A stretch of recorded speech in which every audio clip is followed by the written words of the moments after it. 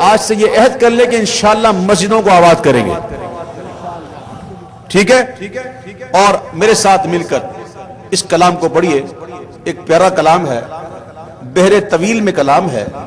اس کا ایک مصرع اتنا بڑا ہے کہ ایک مصرے میں 3 شعر بن جائیں، چھوٹی ردیف، چھوٹے وزن کا. ایک مصرے میں بن جائے کتنے، اور 2 مصروں میں کتنے، 6 شعر. یعنی 6 شعر کا ایک کلام ہوتا ہے بھائی. یہ اتنا بحر طویل ہے، اس کو سنیے گا اور سمجھیے گا کہ شاعر نے پیغام کیا دیا. شاعر کہتا ہے، ہاں عشق کے رنگ میں رنگ جاؤ میرے یار.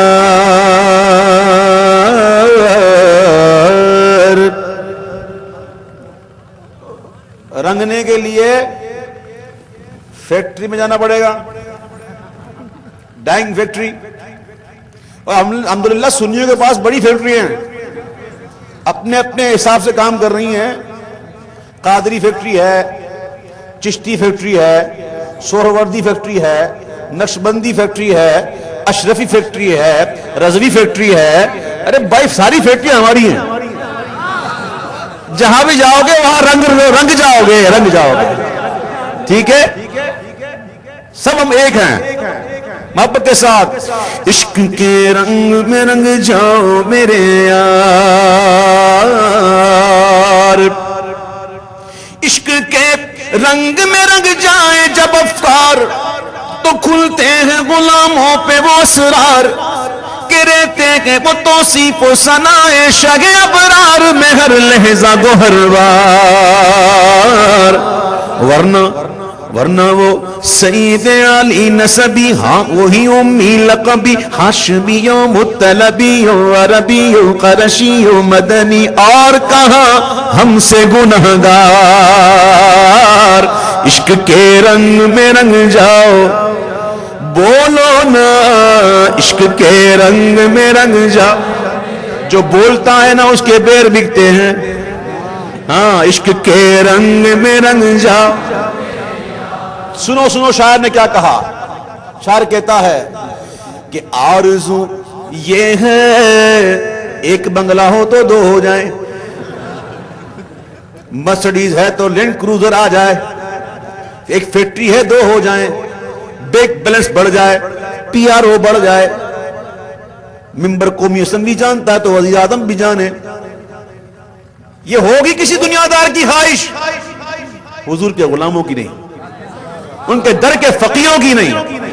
شاعر کہتا ہے آرزو یہ کہ ہو قلب معطر و مطہر و منور و مصفا و مجلہ در اعلی، جو نظر آئے کہیں جلوائے روئے شہ ابرار.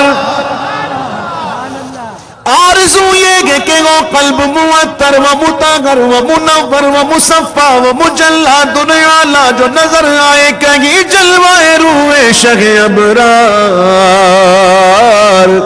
اور جن کے قدموں کی چمک ہاں جن کے قدموں کی چمک چاند ستاروں میں نظر آئے، جدھر سے وہ گزر جائے وہی راہ چمک جائے، دمک جائے، مہک جائے، بنے رونق گلزار. عشق کے رنگ میں رنگ جاؤ. اور یہ شعر سننا بھائی، آپ لوگ اتنے دور سے مجھے سننے کے لیے کیوں آئے ہو؟ میں آپ کے چاچا کا بیٹا ہوں یا ماموں کا یا پھپھو کا؟ کوئی ہے؟ کوئی بلڈ ریلیشن تو نہیں ہے نا؟ پھر بھی آئے ہو کیوں؟ اس کیوں کا جواب سنو. عشق کے رنگ میں رنگ جائیں، مغاجر ہو کے پختون، بلوچی ہو کے پنجابی کے گجراتی کے بنگالی کے میمن ہو کے ہندی ہو کے سندھی، کسی خطے کی قبیلے کی زبان اس سے نہیں کوئی سروکار.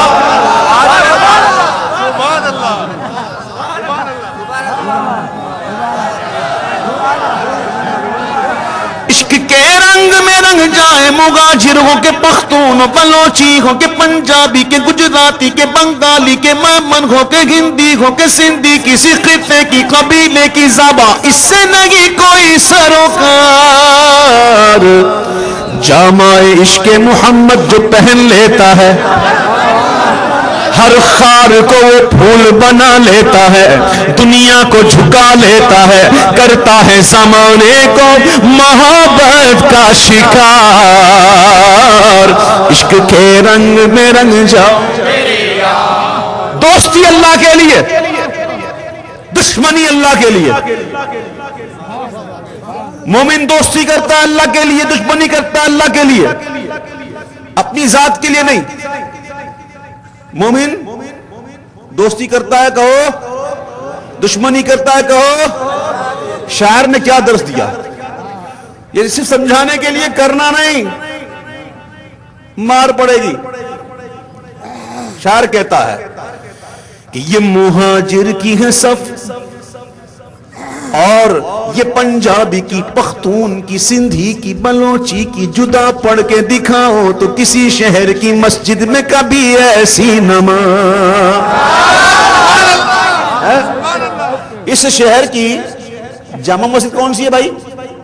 مسجد، ہاں مسجد، ہاں سمجھے نہیں سمجھے؟ اور مسجد کی تاریخ خبر ہے کیا؟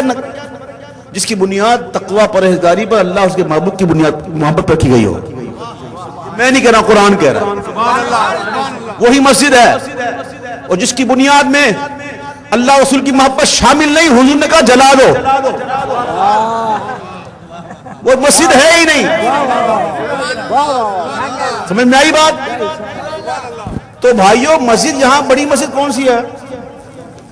جمعہ مسجد، مسجد ہے نا اپنے والی، سبحان اللہ، ہائے ہائے۔ جمعہ مسجد میں کل سے اعلان کر دوں کہ بھائی اب صفحے بدلیں، گجراتیوں کی الگ، کوکنیوں کی الگ، مراٹھیوں کی الگ، اور کون کون سے ہیں پتہ نہیں کتنی زبانیں یہاں پہ، کشمیری کتنے ہیں بھائی؟ ہو جائے کل سے؟ ارے کوشش تو کرنا یار، جسٹ ٹرائی۔ کیوں سب خاموش ہو گئے؟ مروان علی بات کرتا ہے، سارے خاموش ہو گئے، مروان علی بات کرتا ہے، کرنا مت۔ شاعر سمجھا رہا ہے، ایک درس دے رہا ہے، کہہ رہا ہے شاعر کہ یہ مہاجر کی ہے سب، اور یہ پنجابی کی، پختون کی، سندھی کی، بلوچی کی، جدا پڑھ کے دکھاؤ تو کسی شہر کی مسجد میں کبھی ایسی نماز۔ حرم کعبہ میں، عرفات کے میدان میں، یا روضہ سرکار پہ کیوں شانے ملاتے ہو؟ وہاں کرتے نہیں رنگ کا اور نسل کا تم اپنی شمار۔ عشق کے رنگ میں رنگ جاؤ میرے۔ ہاں ایک شعر، یہ شعر سنیے گا۔ وہ ایک شاعر نے کہا، کچھ شعر یوں ہے، یاد نہیں آتا، یاد کرنے کی کوشش کرتا ہوں شاید۔ وہ کہتے ہیں کہ آنکھ قاتل، لب قاتل، تیرا تل تل قاتل، ایک میری جان کے لیے سینکڑوں قاتل قاتل۔ آئینہ ہے کہ آئینے کے مقابل قاتل، مجھ کو ڈر ہے کہیں لڑ جائیں نہ قاتل قاتل۔ یہ ساری قتل و غارت گری ہوئی کیوں؟ تل پہ۔ یہ تل جو ہے نا، تل یہ بڑا کام کرتا ہے، یہ حسن میں اضافہ کر دیتا ہے۔ لوگ کہتے ہیں اویس بھائی بوندا پہنتے کان میں، میں بھائی بوندا پہنتا نہیں، یہ تل ہے میرے رب نے دیا ہوا ہے۔ اکثر کہتے ہیں یہ اویس بھائی بوندا پہنتے کان میں، اور سن لو بھائی بوندا نہیں ہے، یہ میرے رب نے دیا ہے مجھے، یہ تل ہے۔ یہ تل جو ہے نا کبھی کبھی کام کرتا ہے۔ اب سنیے گا، ایک شہنشاہ نے بخشے، ایک شہنشاہ نے بخشے جو سمرقند و بخارا، کسی محبوب کے رخسار کے تل پر، مگر اے سید عالم تیری ناموس تیری عظمت پر۔ ایک شہنشاہ نے بخشے جو سمرقند و بخارا، کسی محبوب کے رخسار کے تل پر، مگر اے سید عالم تیری ناموس تیری عظمت پر۔ اے رسول عربی، اے رسول عربی، ایک نہیں لاکھوں ہیں، اے رسول عربی ایک نہیں لاکھوں ہیں قربان گاہیں عشق کے ہر کوچہ و بازار میں سر اپنا ہتھیلی پہ لیے پھرتے ہیں کرنے کو نثار عشق کے رنگ میں رنگ جاؤ عشق ہوگا تو عمل آئے گا. میں صحیح کہہ رہا ہوں آپ سے. ایک صحابی رسول سے کچھ خطا ہوئی, ان پر حد قائم ہوئی, کوڑوں کی سزا. کتنی کوڑوں کی سزا. اب کوڑے لگ رہے ہیں, کوڑے مارنے والے ساتھ میں کچھ ان پر غصہ بھی ہو رہے ہیں اور کچھ الفاظ بھی کہہ رہے ہیں, اور تجھے شرم نہیں آتی, تو نے ایسا کیا, تو نے ویسا کیا, تجھے شرم نہیں آتی اللہ رسول کی. بس یہ کہنا تھا کہ حضور نے اس کے چہرے پہ منہ پہ ہاتھ رکھ دیا, اس کہنے والے کے منہ پر ہاتھ رکھ دیا اور کہا نہ ایسا نہ کہ یہ مجھ سے محبت کرتا ہے, یہ مجھ سے محبت کرتا ہے. بعض اوقات عمل میں کوتاہیاں ہوتی ہیں, اس کا مطلب یہ نہیں کہ وہ عاشق رسول نہیں. ہاں عشق جو ہے نا, عشق وہ عمل کا جذبہ دے دیتا ہے. اور خدا کی قسم میں اتنے علماء کے درمیان یہ بات کہہ رہا ہوں دعوے کے ساتھ کہ داڑھی, امامہ, نماز, نیکیاں, کوئی بھی عمل ہے ہی وہ جو حضور کی محبت میں ہو. جو داڑھی حضور کی محبت میں نہیں نا, وہ داڑھی ہے ہی نہیں. تو عمل کا جذبہ ملتا ہے عشق سے. تو اس لیے شاعر نے بار بار کہا, میں آپ کو ریپیٹ کرتا ہوں, عشق کے رنگ میں رنگ جاؤ میرے یار. اور سنیے شعر, مقطع اس کا مقطع ہے. میں مقطع سے پہلے ایک روایت سناؤں, سنیے گا مزہ آ جائے گا. میرے آقا دو عالم صلی اللہ علیہ وسلم صحابہ, پہلے آپ کو بتا دوں آپ لوگوں کے لیے خوشخبری ہے, کیونکہ ہم یہاں کیا کر رہے ہیں, اللہ کا ذکر کر رہے ہیں, اللہ کے رسول کا ذکر کر رہے ہیں نا. پہلے کہو کر رہے ہیں نا. اب روایت کو سنو. میرے آقا تشریف لا رہے ہیں, دولت قدر سے باہر آ رہے ہیں, صحابہ کرام بیٹھے ہوئے ہیں اور اللہ کا ذکر کر رہے ہیں, اور اللہ کے ذکر کے ساتھ اس کا شکر ادا کر رہے ہیں, اس بات پر کہ اللہ تیرا شکر ہے تو نے محبوب عطا فرمایا, تو نے اپنا محبوب پیدا فرمایا, ہمیں عطا فرمایا, اس بات کا ہم تیرا شکر ادا کرتے ہیں. سرکار تشریف لائے اور سرکار نے پوچھا میرے صحابہ کیا کر رہے تھے, کیا کر رہے تھے؟ صحابہ عرض کرتے حضور اللہ کی حمد بیان کر رہے تھے, اللہ کا ذکر کر رہے تھے, اور اللہ کی بارگاہ میں شکر کر رہے تھے کہ مولا تیرا شکر ہے کہ تو نے اپنے محبوب کو پیدا فرمایا. یہ میلاد ہے کہ نہیں؟ یہ میلاد ہے کہ نہیں؟ ولادت کا ذکر ہو رہا ہے, حضور کے سامنے ہو رہا ہے. میرے آقا فرماتے ہیں قسم اٹھاؤ, یہی بات کر رہے تھے, قسم اٹھاؤ. عرض کی حضور ہم قسم اٹھاتے ہیں, ہم قسم اٹھاتے ہیں, ہم یہی کر رہے تھے. آقا فرماتے بات یہ ہے کہ میں گھر میں تھا, جبریل آئے, جبریل آ کر مجھ سے کہتے ہیں کہ یا رسول اللہ آپ کے صحابہ کیا کر رہے ہیں؟ کیوں کیا ہوا؟ اللہ فخر کر رہا ہے فرشتوں میں, اللہ تعالیٰ فرشتوں میں فخر کر رہا ہے. جب اللہ کے محبوب کا میلاد ہو تو اللہ فخر کرتا ہے, اللہ فخر کرتا ہے کس میں؟ فرشتوں میں. اب اس مقطع کو سنو.